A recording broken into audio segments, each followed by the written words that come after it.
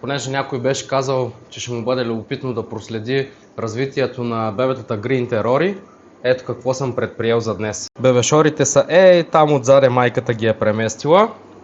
Понеже очаквам след около ден-два да се размърдат и вече да не са неподвижни, ако мъжкаря прояви агресия към тях, тогава вече ще бъде много късно да ги вадя от аквариума и няма да успея, когато са подвижни. Затова освободих си един аквариум, източих го почти додолу.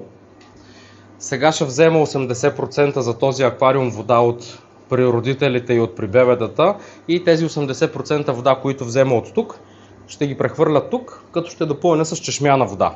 Бебетата ще ги извадя с сифона в тая кофа и ще ги прехвърля в аквариум.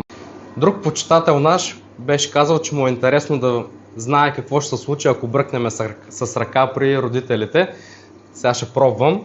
Няма да е с ръка, ще е с сифон, но все пак ще придобием някаква представа.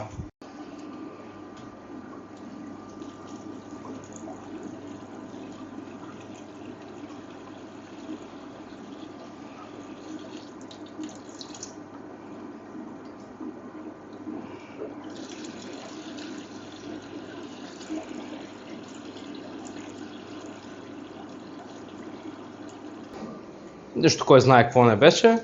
Опитваше, имаше някакви опити женската да ги предпази, но все пак са страхливи. Ето ги бебешорите. Не знам колко са, но са стотици със сигурност. Така, сега източвам вода от аквариума на родителите, местя я в новия аквариум и ги пускам вътре.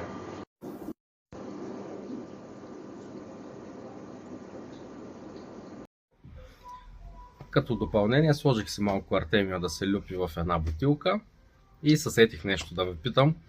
Според вас сега полага ли ми са 14 дни бащинство?